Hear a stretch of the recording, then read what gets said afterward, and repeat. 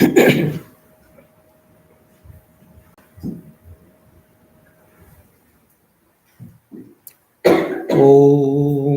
तव कथामृतं तप्तजीवनं कुविभीडितं कल्मषापहं श्रवणमङ्गलं श्रीमदादतं भुवि गृह्णन्ति ये भूरिदा जना.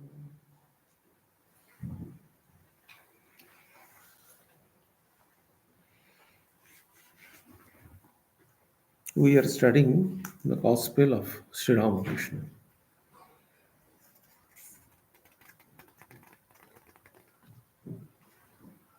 Besides some words, sentences, and the book, when we go through the Gospel of Sri Ramakrishna, we find that a person emerges from this book. We feel that a picture of a person always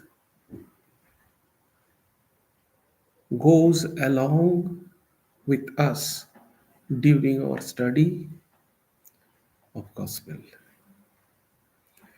We cannot separate Sri Ramakrishna consciousness from the gospel of Sri Ramakrishna. It is not mere a book. Sri Ramakrishna consciousness is completely saturated with this book. Because Sri Ramakrishna himself assured us when he visited North Calcutta in India, in Kashishwar Mitro's house, the place is called Nathir Bagan. He said that whenever the God's glory is sung, I must present there. So when we study the Gospel of Sri Ramakrishna, we can assume, according to the assurance of Sri Ramakrishna, that Sri Ramakrishna presents there.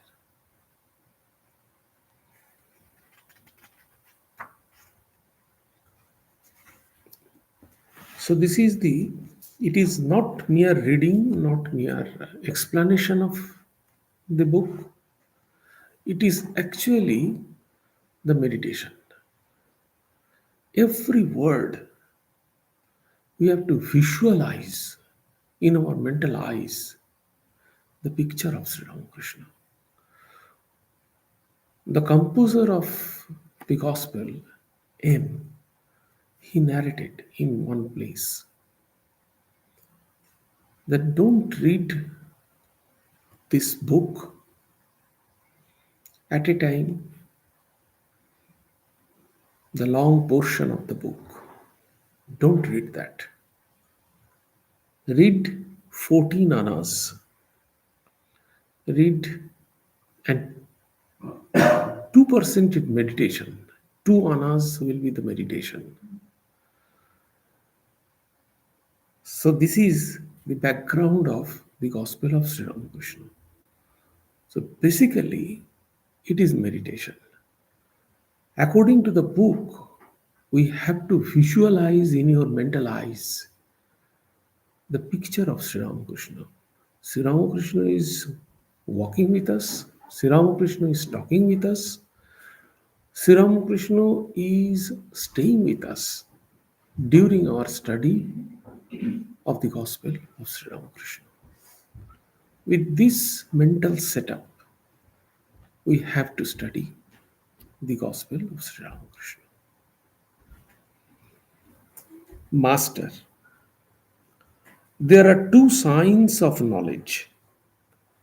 First, an unshakable buddhi. No matter how many sorrows, afflictions, dangers, and obstacles one may be faced with. One's mind does not undergo any change. It is like a blacksmith's anvil which receives constant blows from the hammer and still remains unshaken.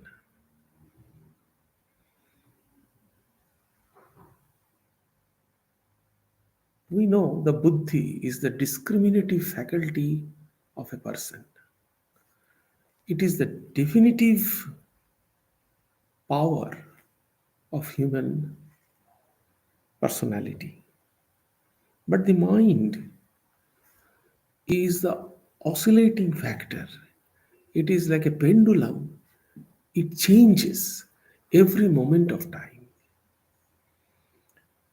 So he says here, Sri Ramakrishna, that buddhi is unshakable, the determinative factor, one pointed. In different places, in especially Upanishad, we find the word Shraddha. The Shraddha, Shankaracharya explained the definition of Shraddha in this way: it is a one pointed determination. So, this Shraddha is required. The Sanskrit term is Shraddha. The English translation of Shraddha is called faith. So, faith is not, Swami Vivekananda said in one place, faith is not blind belief. Faith is one pointed determination. That is called faith, Shraddha. So here Sri Ramakrishna mentioned about this Shraddha, and Buddhi is the determinative factor. Although he described here that mind does not undergo any change. Generally, the characteristics of mind is changing every moment. But here, Sri Ramakrishna says, Buddhi fixes the mind. So here, mind is not changing. One pointed, determinative factor is working here. So that is what this is one kind of knowledge. That is what he said. He gave the example in every, you can find this is the specialty of the Gospel of Sri Ramakrishna. In every statement, Sri Ramakrishna is giving example. And the example from day-to-day life. So like an anvil, it is stand still, solid iron. Lots of hammering is going on, but it is so firm, so determinative. That kind of determination is required in our mind. One pointed. That is one kind of thing. The second is manliness, very strong grit.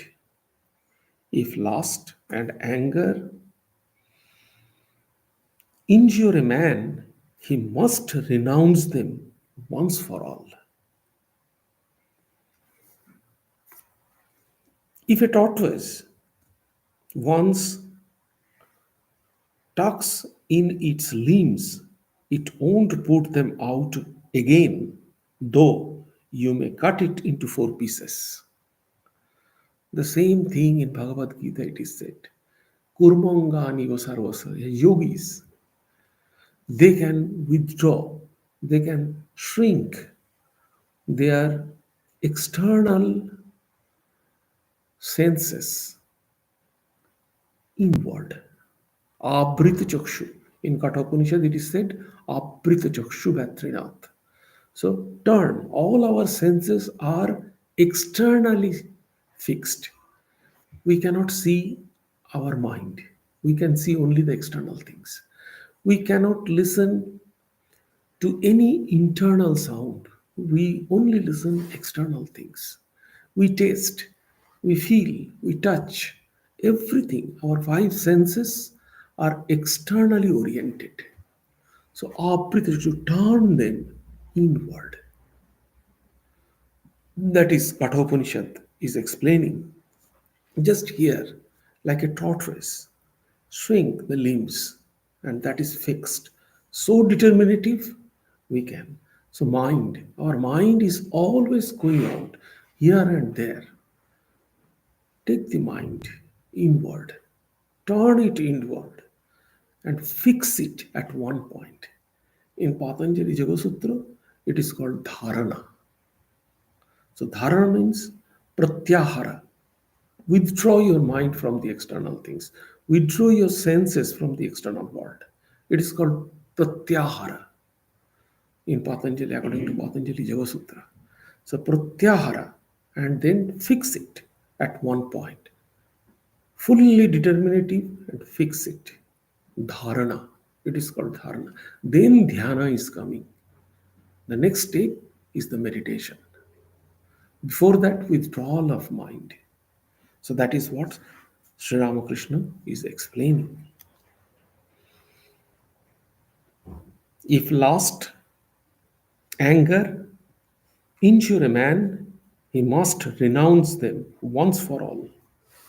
If a tortoise once tucks in its limbs, it won't put them out again, though you may cut it into 4 pieces. To Thakur Dada and the others, there are 2 kinds of renunciation: intense and feeble, according to the mental setup of a person. Feeble renunciation is a slow process. One moves in a slow rhythm.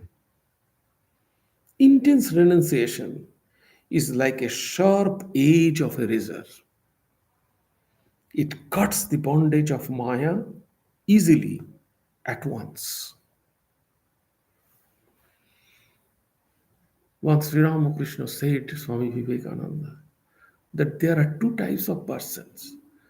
One type of person's mind is like a soggy, watery, humid.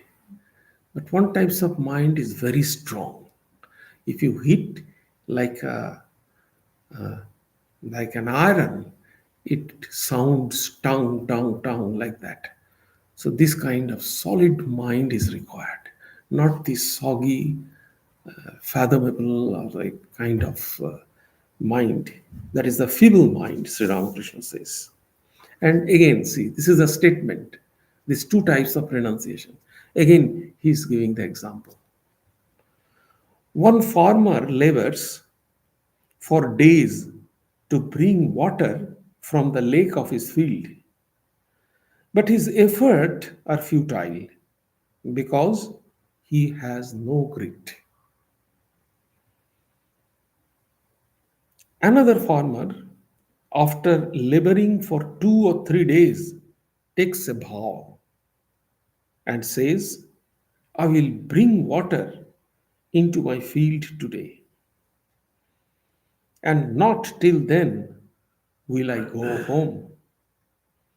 He puts aside all thought of his birth and meal. He labors the whole day and feels great joy when in the evening he finds water entering his field with a murmuring sound. Then he goes home and says to his wife, now give me some oil. I shall take my bath. After finishing his bath and his meal, he lies down to sleep with a peaceful mind. So then relax again. I happened to join the next door, that's a center called Sharda Peeth to Belur Math. I joined there. So I had the opportunity to listen to different famous Swamis in Belur Math. I heard number of times revered Swami Ranganathananda ji says that he did not like this kind of how are you if you ask how are you Chalta hai. So this kind of reply he did not like. He always said, be smart, be direct answer. Yes, not this kind of namby-pamby. Very direct, very smart. This kind of thing is required. Very determinative mind, alert mind. This kind of thing is required for spiritual journey. That is what Swami Vivekananda, Swami Sri Ramakrishna is narrating. Determinative thing. Yes, I shall do this. I shall not do that. This kind of thing in technical term is called Shankalpa. Before worship, the worshipper, he does the Shankalpa. Shankalpa means the determinative vow. I am performing this puja. So actually the what mechanism is going on in our mind at that time? The will. In Indian psychology, the will has a tremendous role in our spiritual life. So this determinative factor is called will. Every day, let me describe few words about will. Every day, thousands of thoughts are cropping in our mind. How many thoughts you actualize? One or two. What is the difference? Why not? Because we are not connecting our thought with the will. So that is the function of will. Generally, we call it mental power, but it is the dynamic aspect of our self. Will is the dynamic aspect of our self. So it is coming from the self, this will power. So we have to determine that yes, I'm going to do this. This is a very important thing in spiritual life and at the same time in our day-to-day life. So this is what Sri Ramakrishna is saying.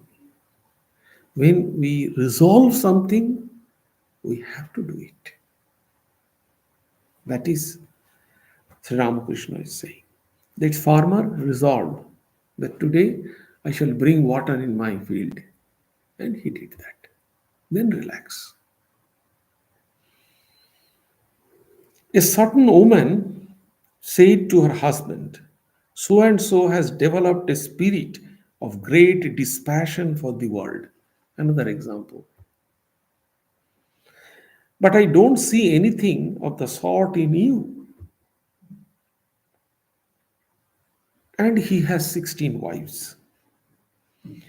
He is giving them up one by one. So gradually, Sri Ramakrishna says, one are very strong grit and other is little bit flexible. He doesn't like this kind of flexible things. The husband with a towel on his shoulder was going to take for his bath. He said to his wife, you are crazy. He won't be able to give up the world. Is it ever possible to renounce bit by bit? I can renounce. Look, here I go. He did not stop, even to settle his household affairs. He left home just as he was. The towel off his shoulder, he went away. That is instance renunciation. So this determination, yes. I heard one story from seniors of Swami Vivekananda Maharaj. Vivekananda Maharaj used to take hookah, used to take hookah. So when he was pretty old, the doctor came and doctor warned him again and again, Maharaj, please don't take too much. Please reduce a little bit. One day, the doctor warned him regularly, but he did not care. One day, suddenly, he said, "Oh, what do you want? You want to renounce these things? Okay, done." From next moment, he did not touch that book. So this is the power of mind. This is the power of will. That is what Sri Ramakrishna is explaining here. When we resolve for anything, God, done. No compromise. That kind of determination is required. That is what Sri Ramakrishna is advising here.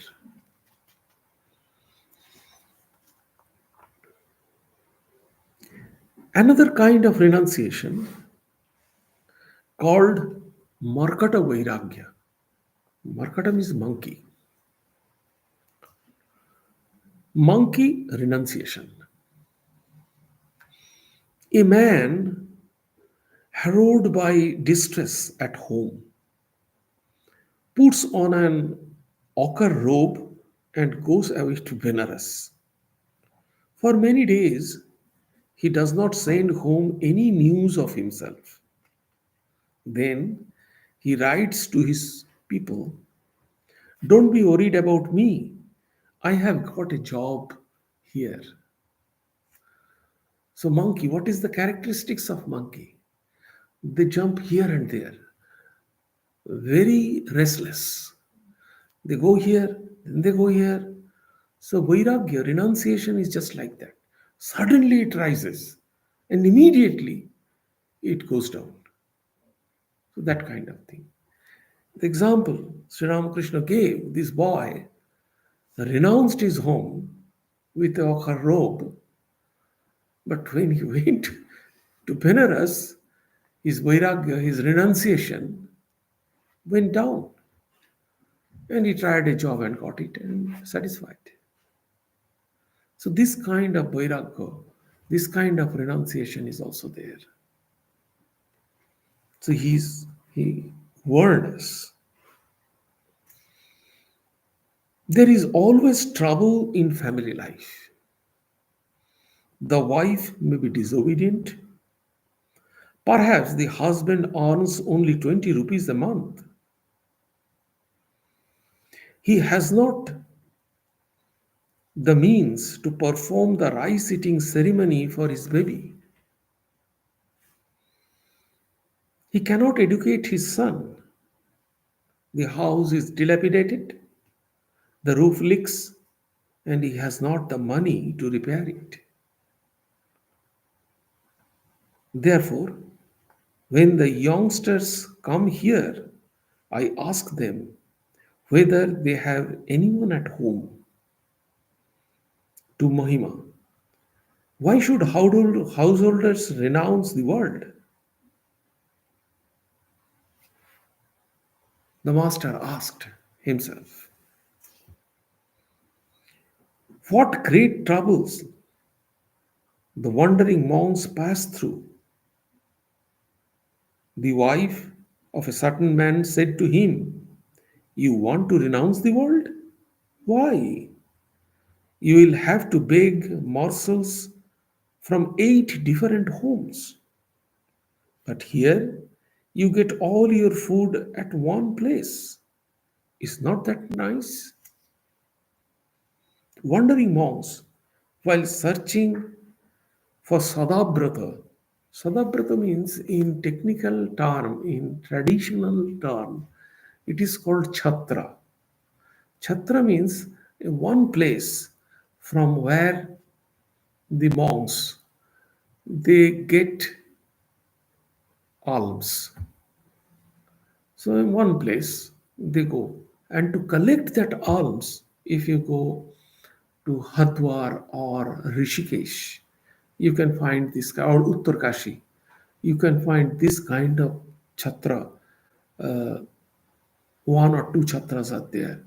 So monks they have to walk miles after miles to collect the alms from that chhatra. So that is what Sri Ramakrishna is telling here that the monks, they also have to struggle a lot. They have to beg from different places. Sometimes they get alms, sometimes not. That is what he is referring here. Wandering monks, while searching for a Sadabrata, may have to go 6 miles out of their way. I have seen them traveling along the regular road after their pilgrimage to Puri and making a detour to find an eating place. You are leading a householder lives. That's very good. It is like fighting from the fort. Here is another speciality of Sri Ramakrishna. Sri Ramakrishna never belittled the householder life. This is the uniqueness of Sri Ramakrishna. He said here, you see, you are leading householder's life. That's very good, encouraging. It is like a fighting from a fort. There are many disadvantages in fighting in an open field. So many dangers too. Bullets may hit you. In other place, Sri Ramakrishna says, as householders, they are like carrying 9 tons on their shoulder. So they are carrying so many things because they have to maintain the householder things. At the same time, they have to pray for God. They have to lead their spiritual life. It is not easy. It is like a carrying things 9 tons on your shoulder. So that's what Sri Ramakrishna said here and encouraging. In one side, the household's life is secured because it is a kind of fighting from the castle. In other words, they have to work a lot because they have to maintain the household at the same time. They have to lead their spiritual life. It is not so easy. It's a terrific challenge. But one should spend time in solitude to attain knowledge. This always Sri Ramakrishna advised that when the sibling or plant is tiny, at that time we have to put the fence surrounding that. When it will become a big tree, gigantic tree, we can tie the elephant there. So when our spiritual life in the nursery, we have to take care of that. That is very important. That time solitude is a little bit required. That is what Sri Ramakrishna is advising here. One should spend some time in solitude and attain knowledge. Then one can lead the life of a householder. Janaka lived in the world after attaining knowledge. When you have gained it, you may live anywhere. Then nothing matters.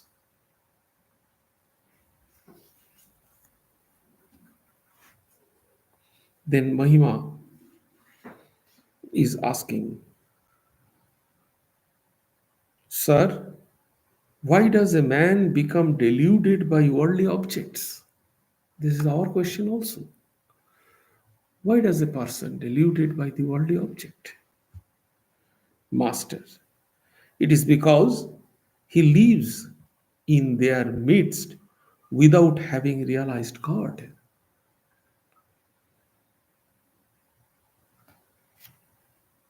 So see the brick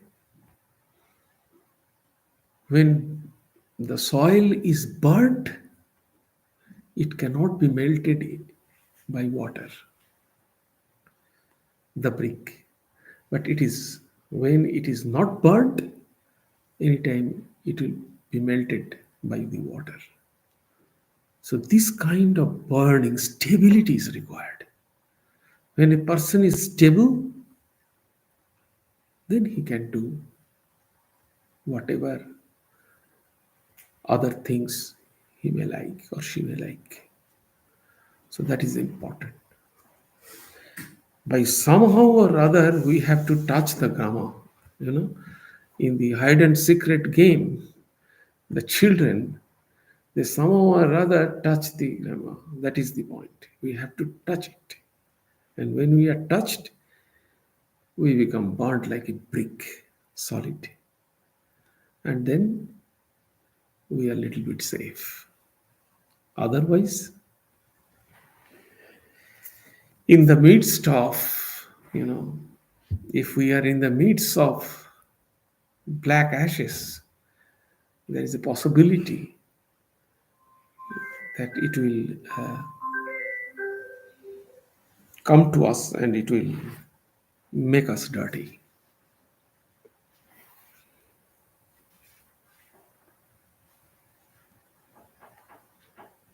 It is because he lives in their midst without having realized God. Man never succumbs to delusion after he has realized God. The moth no longer enjoys darkness if it has once seen the light. To be able to realize God, one must practice absolute continence. Sages like Shukdev are example of an Urdhvreta. Their chastity was absolutely unbroken. The chastity, it doesn't mean always the chastity of the body. Chastity means chaste in our words also, chaste in our mind. So that is very important.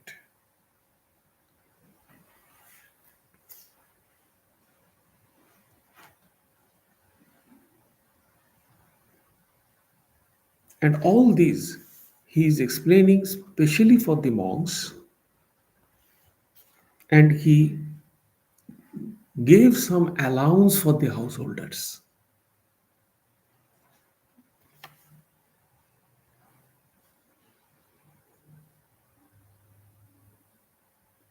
Their chastity was absolutely unbroken.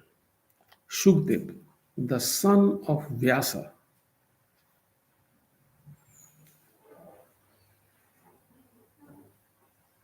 so when Vyasdeva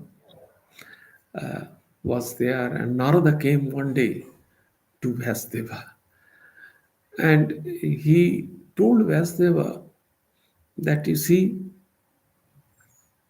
you composed Bhagavad Gita because Bhagavad Gita is the part of Mahabharata.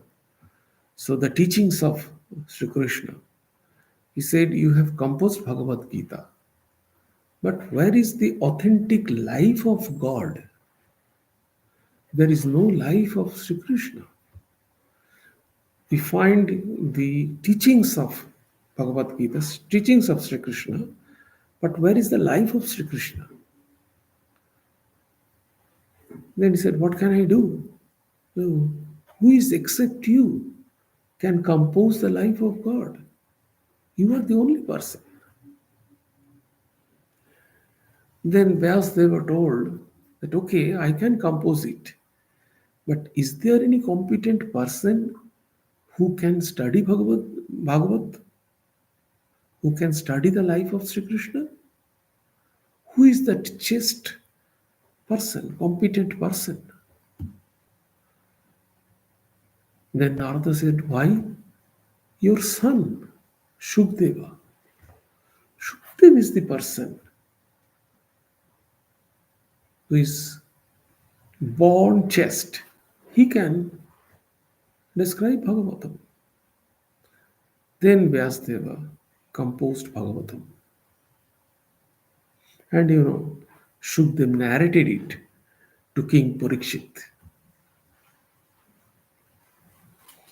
So that's what his example.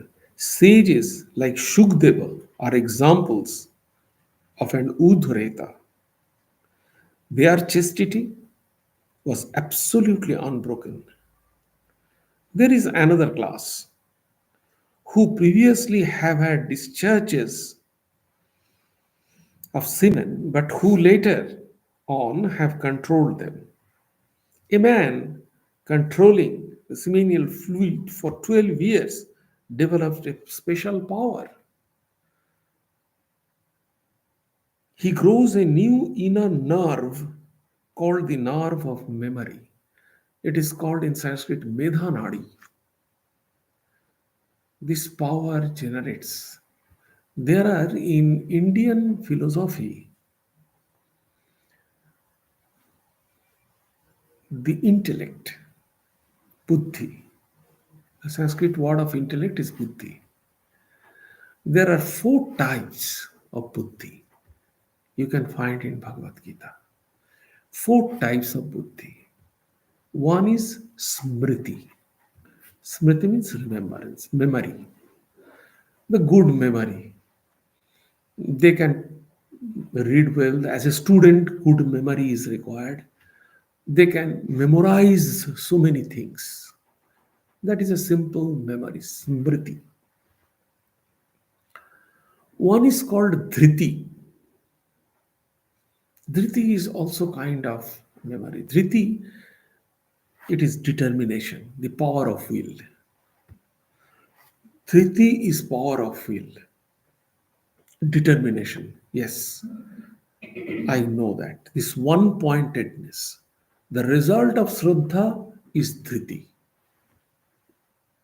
It is also the determination, Dhriti. Those who have one pointed determination, they can success any kind of work. Dhriti. Then Medha. This here Sri Ramakrishna refers Medha. Medha is like you see, in the life of Swami Vivekananda, he just went through once the book and he could understand that. This is called Medha. Like Einstein. These are their Medha is awakened Medha. This kind of thing. Only once they can understand that by going through this, but glance they can understand what is the content of that. That is called Medha. The last point is called Dhi. Dhi is the spiritual awakening. You might have remembered the second line of Gayatri Mantra. Dhiyo yonav prachodayata. So what is that? For this awakening, we need Dhi. Dhi is also a kind of buddhi. It is the spiritual awakening. So these four types of things are required. Dhi is the highest one. Smriti, then Dhriti, Medha, and Dhi. These four types of in Indian philosophy, we find these four types of buddhi. So here, Medha Nadi, the nerves of Medha, the chest. If 12 years, one become very chest, not just physically, mentally, and spiritually. Then he attains this Medha kind of thing. So this his inner eye opens. So that is what Sri Ramakrishna says. Through the nerve, he remembers all. He understands all. By only glance through something, he or she can understand the inner essence of that. Actually, what is the reading of book? Books are only words and letters. The writer who is writing the book, he is writing a certain conscious level. If the reader can connect that conscious level through these words, he or she can get the vibration of it. You can understand what is there.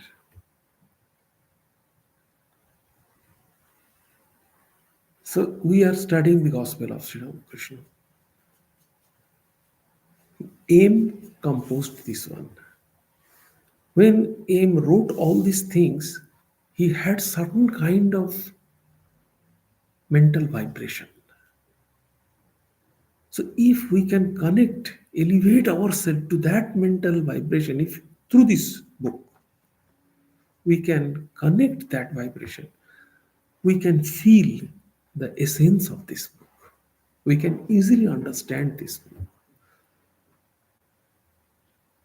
If we want to go through the words, try to understand the meaning, probably that kind of understanding is not possible. So that kind of understanding is the Medha kind of understanding. So that is what it is said here.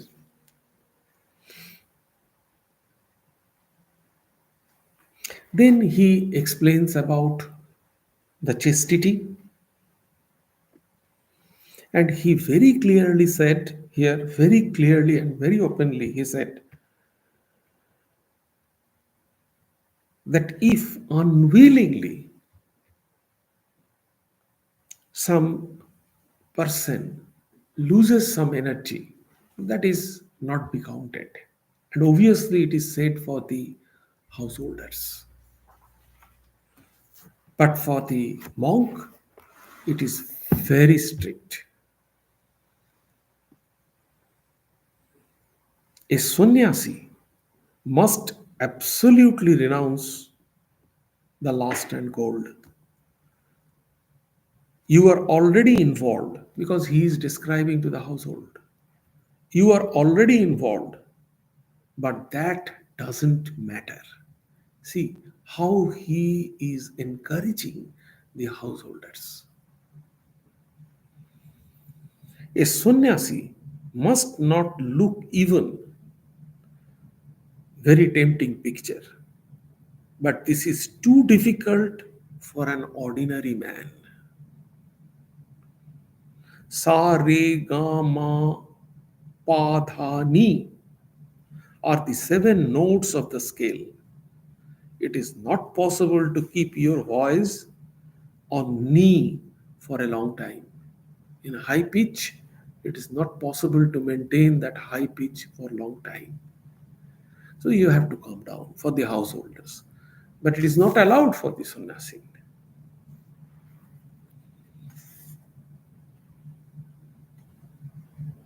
A sannyasi may have control over his senses, but to set an example to mankind, he should not talk with any tempting things.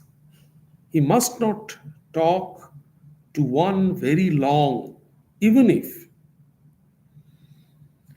he or she is a devotee or of God.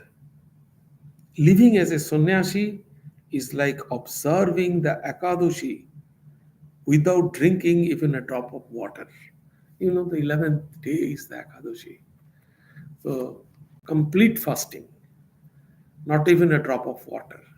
Then he is giving example of Ekadashi, how people observe Ekadashi. Few people are taking less, few people are taking more in Ekadashi. That is what he is saying.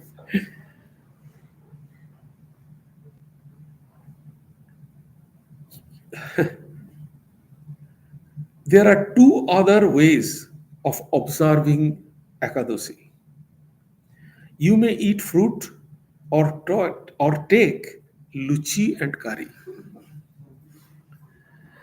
With the luchi and curry, you may also take slices of bread soaked in milk. All laugh, smiling, Absolute fasting is not possible for you, for the householder. But for the sannyasi, complete fasting without water. Once I saw Krishna Kishore eating luchi and kari on an Ekadashi day. I said to Hriday, Ridu, I want to observe Krishna Kishore's Ekadashi. All laugh. And so I did one day. I ate my fill. The next day, I had to fast. Laughter. The devotees who had gone to Panchavati to visit the Hatha Yogi came back, master addressing them. So few devotees they went to Panchavati to visit the Hatha Yogi. Well, what do you think of him? I dare say you have measured him with your own tape. Sri Ramakrishna saw that very few of devotees were willing to give money to the Hatha Yogi. Master, you don't like a sadhu if you have to give him money. Rajendra Mitra draws a salary of 800 rupees a month. He had been to Allahabad to see the Kumbh Mela. I asked him, well, what kind of sadhus did you see at the fair? Rajendra said, I did not find any very great sadhu there. I noticed one. It is true. But even he accepted money. I say to myself, if no one gives money to a sadhu, then how will he feed himself? There is no collection plate here, therefore all come. And I say to myself, alas, they love their money, let them have it. The master rested a while. A devotee sat on the end of the small couch and gently stroked his feet. The master said to him softly, that which is formless again has a form. One should believe in the forms of God also. By meditating on Kali, the aspirant realizes God as Kali. Next, he finds that the form merges in the indivisible absolute.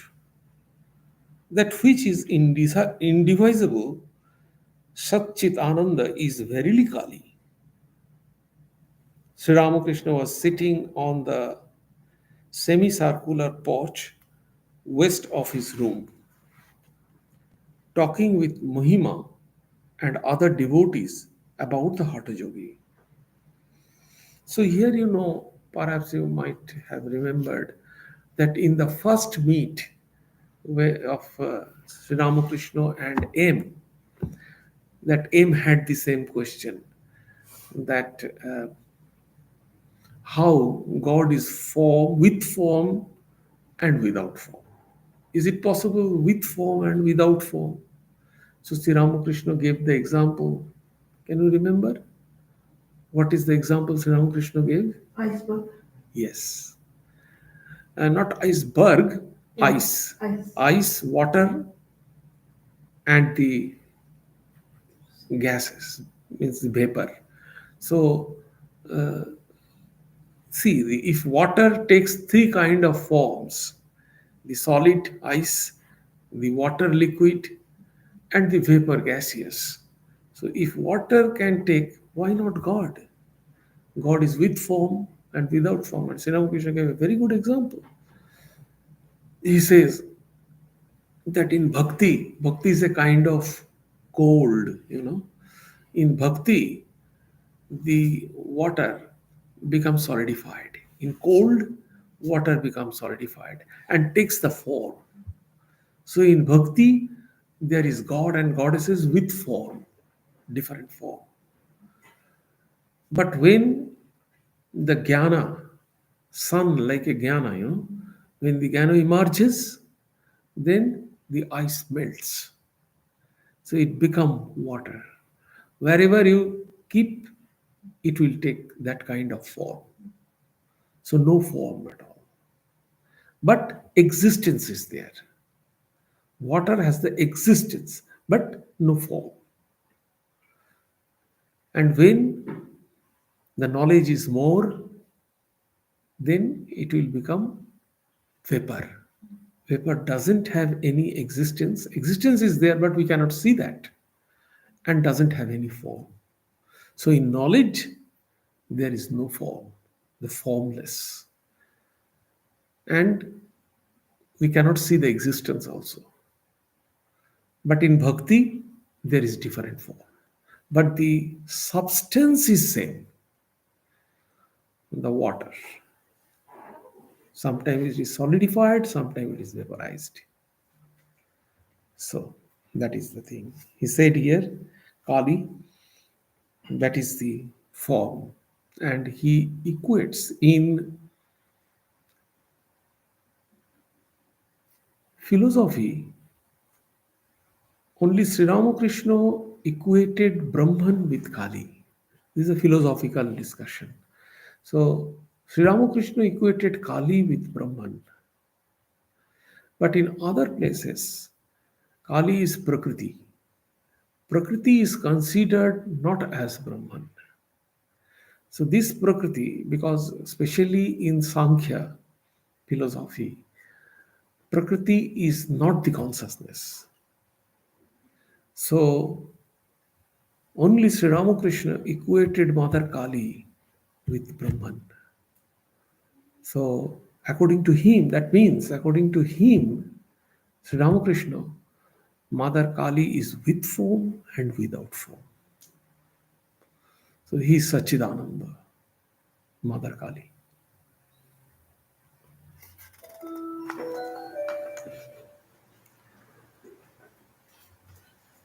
Master. Sri Ramakrishna was setting the semicircular porch west of his room, talking with Mahima and other devotees about the Hatha Yogi. The talk drifted to Ramaprasanna, the son of Krishna Kishore. Just now we heard about Krishna Kishore Sakadoshi. So Ramaprasanna is the son of Krishna Kishore. The master was fond of that young man. Master. Ramaprasanna roams about aimlessly. The other day he came here and sat in the room, but he did not speak a word. He pressed his nostrils with his fingers, practicing pranayama. I offered him something to eat, but he would not take it. On another occasion, I had asked him to sit by me. He squatted on the floor, placing one leg upon the other. He was rather discourteous to Captain. I weep at his mother's suffering. One captain used to come to Sri Ramakrishna from Shampukur, the northern part of Calcutta. This captain had a business of wood, and he gave actually some wood for mother's fencing. When mother went to Dakshineshwar, So they put some fence surrounding mother's Nahabat. Mother used to stay small room in Nahabat. So they put a fence. So the captain gave that. And sometimes when Sri Ramakrishna used to go to Balaram Mandir, the captain's house is very close to Balaram Mandir. So when he used to visit Balaram Mandir, he used to go captain's house also. And we know that master's stomach was not very well. So he had to go to restroom now and then. So specially, captain built a restroom exclusively for a toilet for master on his roof. So I was fortunate to visit captain's house, and they allowed us to go to the roof. And so I saw that. It is very close to Shampukurbati.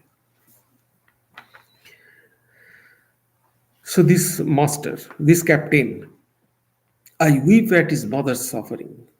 To Mohima, Ramprasanna asked me to speak to you about the Hatha Yogi. The yogi's daily expenses are 6.5 annas, but he won't tell you about it himself. Mohima, who will listen to him even if he does? Monishen of Panihati entered the room with several friends, one of whom was physician. Moni asked the master about his injured arm.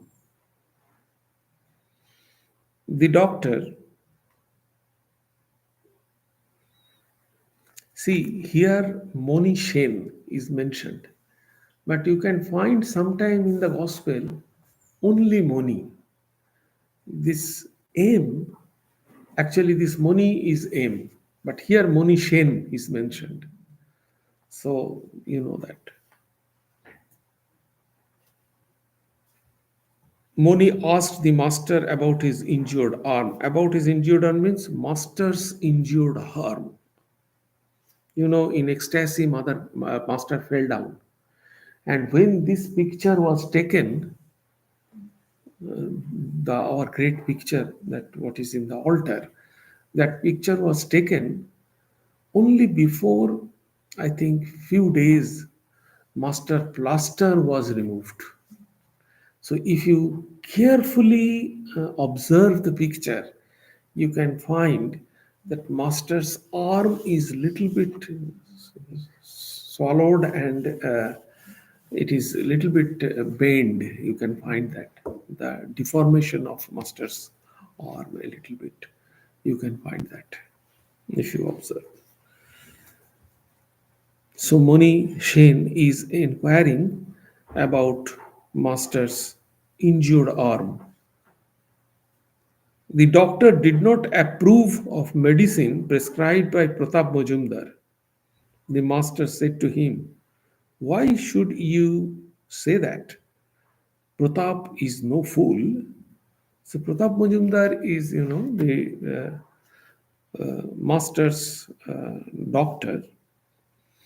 So he used to come, and you can find in the Gospel of Sri Ramakrishna at the end, there was elaborate discussion with Pratap Majumdar, with master, philosophical discussion, very interesting. And there is some portion about the will also. So the master said to him, why should you say that Pratap is not fool? Suddenly, Latu cried out, oh, the medicine bottle has dropped and broken. The Latu was there, the master's disciple, very small boy. Ramdotto brought him there and he was serving the master. So he broken it. He was village boy, remote village boy from somewhere from Bihar. So he broke the bottle.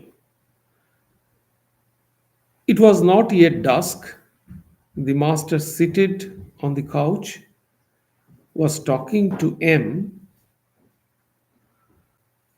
Mohimacharan was on the semicircular porch, engaged in a loud discussion of the scriptures with the physician friend of Monishen. Sri Ramakrishna heard it and with a smile said to him, "There, he is delivering himself." That is the characteristics of Rajas. It stimulates the desire to lecture and to show off one's scholarship. But Sattva makes one introspective. It makes one hide one's virtue. But I must say that Mohima is a grand person. He takes such delight in spiritual talk. See, Master never criticizes anybody. He always tries to focus the good quality of a person. Although he had some kind of rajas, this Mohimacharan, he had some kind of rajas, but he was a very good speaker and he knew philosophy. So the master was appreciating that. That is the point. And we know about the Sattva Tama Rajas, three kinds of qualities.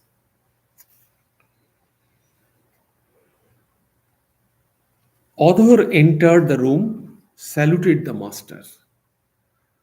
Author was a judge. He also lived in North Calcutta. The place is called Ahiritola. And he had Durga Puja in his home. Master went several times, at least three times in his home to visit Durga Puja. And in his home only, because he was judge, and Bankim Chandra Chattopadhyay, the great novelist, was also in the by profession. He was also in the associated with the court. So he went also Other Sen's house. So Sri Ramakrishna met Bankim Chandra Chattopadhyay. It is his meeting is also described in the gospel. So he met Bankim Chandra Chattopadhyay in Other Sen's house. And Other Sen had a peculiar characteristics. Other Sen used to come to Dakshineshwar on Saturday, because Saturday was the holiday. He used to come. He brought with him one mat and one pillow, and he used to sleep on the veranda of Dakshineshwar in front of Sri Ramakrishna's room. And then at the time in the evening, he used to return and he offered his pranam to Sri Ramakrishna and he went. He said, "I cannot sleep peacefully in my home. So here is the place where I can sleep peacefully whole day." So that is what he did, this Adarshan. Now Adhar entered the room, saluted the master, and sat by Aim's side. Aim is also a kind of very humble person. Whenever you can just visualize in your mental eyes that Sri Ramakrishna's small room in Dakshineshwar. So whenever all these characters, whenever we narrate or we describe, we can just visualize the whole thing, the whole scene. That Sri Ramakrishna is in his room and Adhar is coming. So Aim is also there. So whenever Aim used to go, always Aim sits on the mat, the doormat. He was so humble. Always he used to sit on the doormat. He never goes inside very close to Sri Ramakrishna. He always used to sit on the doormat.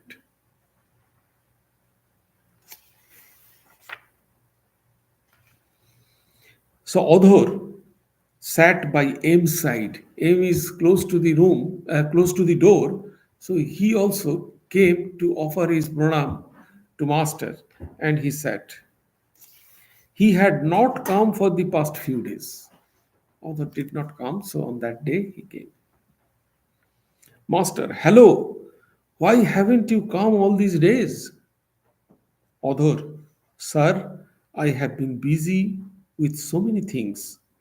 I had to attend a conference of the school committee and various other meetings. Master, so you completely lost yourself in the schools and meetings and forgot everything else? Author, everything else was hidden away in a corner of my mind. How is your arm? Author is just switching over the discussion, He's a judge. So he's master. Just look, it is not yet healed. I have been talking medicine prescribed by Pratap. After a time, the master suddenly said to other, look here, all these are unreal. Because author was completely engrossed with worldly things. So immediate the master was trying to move him from the worldly things. He said, see, here everything is unreal. Meeting, school, office, and everything else. God alone is substance, and all else is illusory. One should worship God with one's whole mind. See, the whole day Master is discussing. He started the discussion with one pointed determination. See, he came back to that point. Everything is illusory. Whole world. You can go and come back to your own place. What is the problem for us? We generally go discuss in the school meeting and stay there. We cannot come back. So this skill we have to hold these things. The priority of life, in every business, in everything, we have to make the priority list. And what is that priority list? And we have to connect it, that priority list, with the will, that determination, will, with Shraddha. That is the point.